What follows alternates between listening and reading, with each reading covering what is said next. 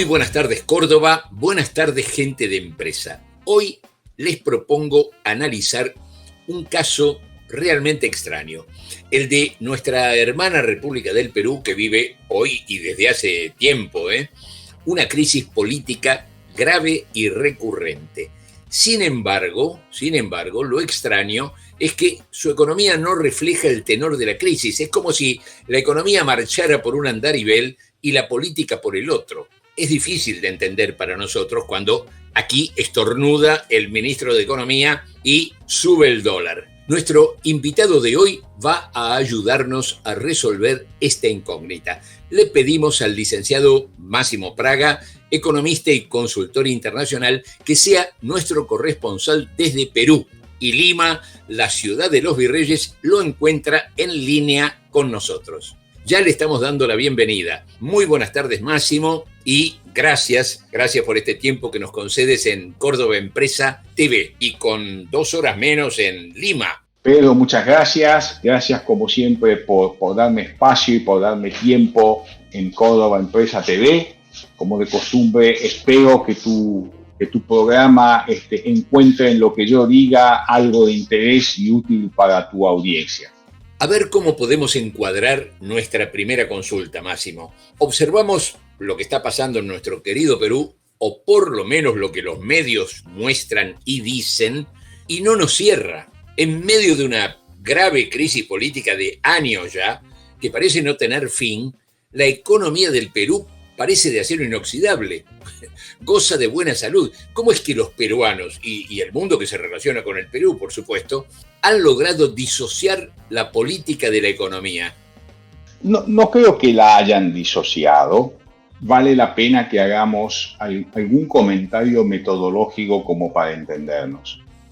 Economía es una cosa, finanzas públicas son otra cosa.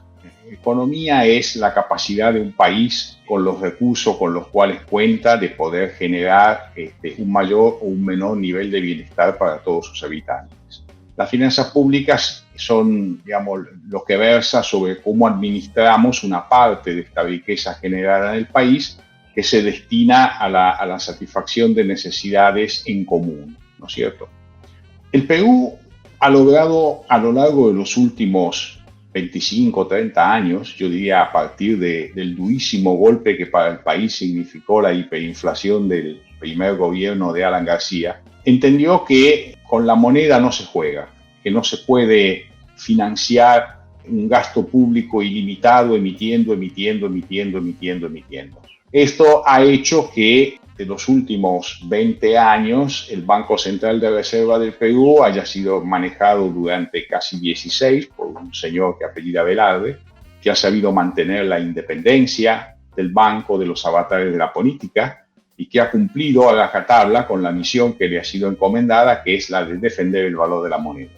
Y esto es una cosa que la Argentina debería mirar con mucha atención, porque justamente este fenómeno que ha señalado en el Perú desmiente las afirmaciones que hemos escuchado últimamente en boca del presidente argentino diciendo que la inflación es un fenómeno autopercibido.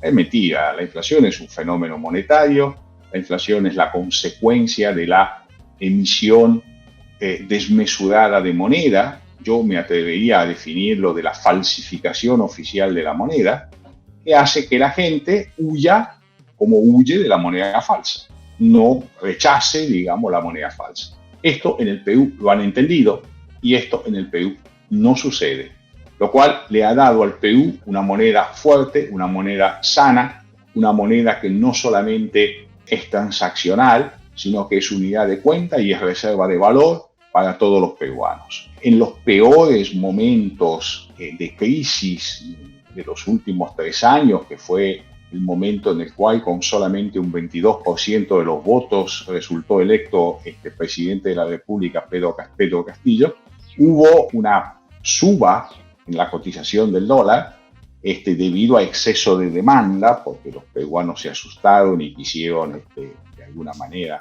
poner sus ahorros a buen resguardo. Pero finalmente el sol volvió a su cotización normal, en la cual sigue transitando normalmente, con un índice de riesgo país que debe ser de los más bajos de la región, si no el más bajo. con un acceso del gobierno peruano al crédito internacional fluido y a tasas de interés congruentes con un índice de riesgo país bajísimo. Esto quiere decir que en Perú han entendido que podemos discutir de política, podemos tener diferentes opiniones sobre si queremos ser de tal lado o de tal otro, pero no se juega con la moneda. Y ya que conocés perfectamente la situación de la Argentina, ¿estás de acuerdo en que por la mitad de la crisis política que sufre el Perú, la Argentina económica ya hubiera volado en pedazos? Yo lo que diría es que por una crisis política sustancialmente tan grave como la del Perú, la Argentina ya ha volado en pedazos. Máximo, decías que el Perú mantiene intacto su crédito internacional. Ahora, ¿qué pasa con el famoso riesgo país? Porque por más que haya crédito, las tasas de interés no toman en cuenta el zafarrancho de la política. Así y todo, ¿es un país confiable, como se suele decir aquí?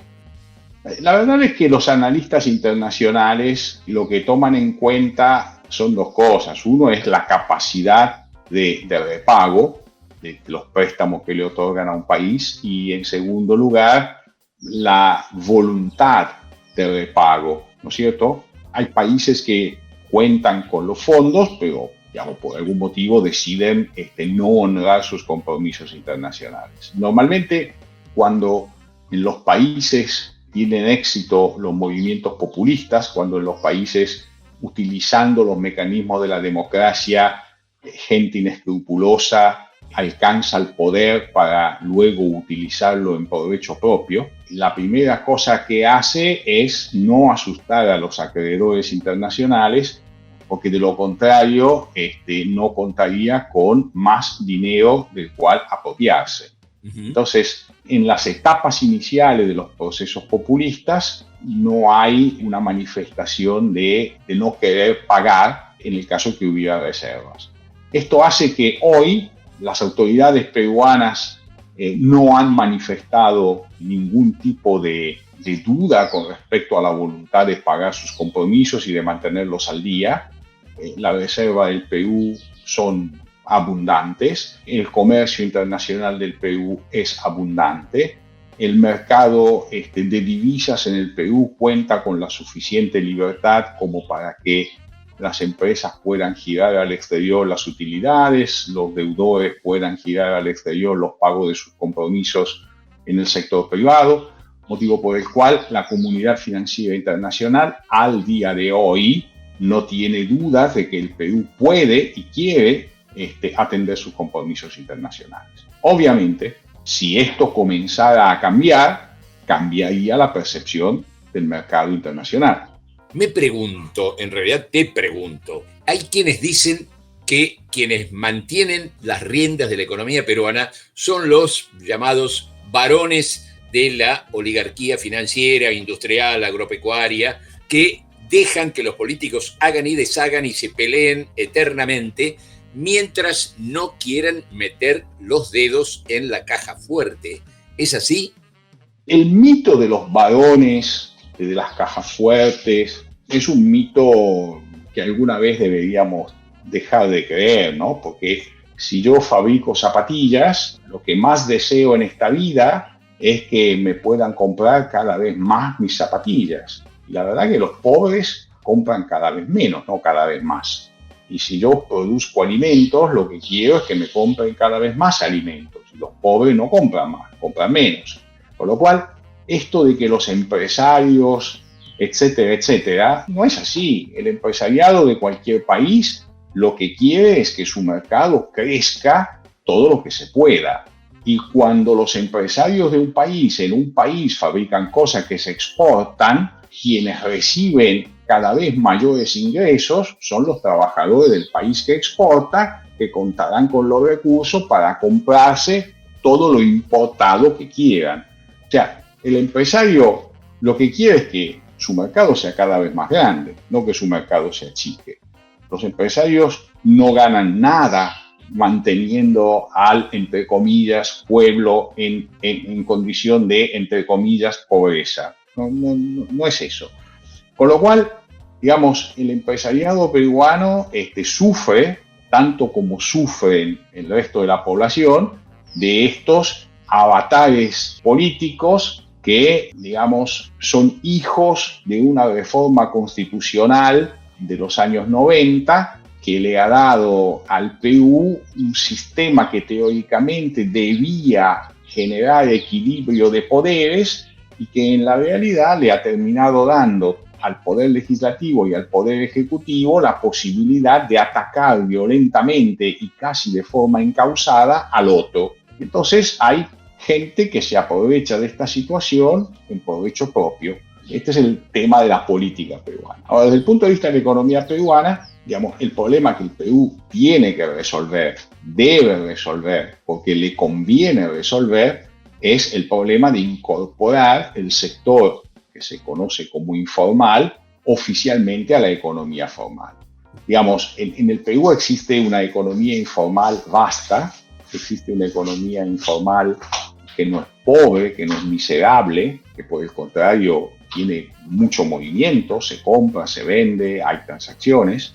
El punto es que esta gente dice, yo no pago por los servicios que no me dan o que me dan mal. Por tanto, no paga impuestos y por tanto no recibe o recibe poco y mal el producto de lo que teóricamente habría que hacer con los impuestos. Ese es el problema que en el Perú debe ser resuelto. Ese es el problema que en el Perú debe lograr acuerdo entre el Perú que vive dentro de la economía formal y el Perú que vive en lo que se conoce como economía informal. Y ese es el problema que los políticos peruanos hasta el día de hoy, durante los últimos muchos años, han desatendido o han atendido mal. Ahora, entiendo que este tembladeral funcione de tal modo que no afecte sustancialmente a lo macro, pero ¿y en lo micro, Máximo? ¿El comercio, el turismo, no se ven afectados? Un norteamericano, un europeo, ¿devuelve o no devuelve sus pasajes a Machu Picchu? La inmensa mayoría de la población del Perú sufre y no está de acuerdo con estas acciones violentas de quienes dicen representar a los postergados. Estos hechos que están sucediendo, estos actos vandálicos, estos actos de violencia que están sucediendo en el Perú, me hacen acordar de que cuando los secuaces de Hitler no alcanzaban el éxito político que querían, salían a la calle las camisas pardas y armaban disturbios y armaban líos, manifestándose como representantes del pueblo alemán. En realidad eran las formaciones de las camisas pardas que armaban líos y lograron que en el 33 se volviera a llamar a elecciones porque en el 32 el Partido Nacional Socialista no había alcanzado los votos como para ser convocado a formar gobierno. Entonces, cuidado que no necesariamente quienes están en la calle reclamando ser los representantes del pueblo que tienen necesidades, lo son de verdad. Muchas veces lo que hay en la calle son representantes de grupos interesados en asumir el poder de la forma más parecidas a un proceso democrático, pero que en realidad no lo son tanto. Pero, digamos, fuera de los puntos en los cuales se producen estas manifestaciones de violencia, que además están perfectamente concertadas, sincronizadas, es bien difícil creer que sean manifestaciones espontáneas. La vida económica del Perú se mueve de forma normal. Por supuesto, han habido cancelaciones de pasajes para visitar el Cusco y Machu Picchu, porque hay gente que prefiere venir cuando la cosa esté más tranquila. Y por supuesto, la industria hotelera contenta no está con esta situación. Pero desde el punto de vista de la macroeconomía peruana, eso no mueve el amperímetro. Y por último, Máximo, ¿cómo ves la salida a la situación actual del Perú? Finalmente, ¿se va a consolidar el gobierno de la presidenta Dina Boluarte, más allá de la solicitud de juicio político que tiene en marcha, o volverá el expresidente Castillo por presión popular? A la dirigencia empresarial y económica del Perú, ¿cuál de los dos u otro dirigente en el horizonte les resulta más digerible? Digamos, Pedro Castillo ha sido un accidente. Digamos, ha ganado una elección teniendo el 22% de los votos. Seguramente ese 22% de los votos vienen de una parte de la población que tiene reclamos atendibles. El problema es que las soluciones que Castillo les propone a estos reclamos son soluciones delirantes, soluciones que han probado a lo largo de la historia no ser las soluciones más eficientes y sobre todo aceptadas a largo plazo por la población.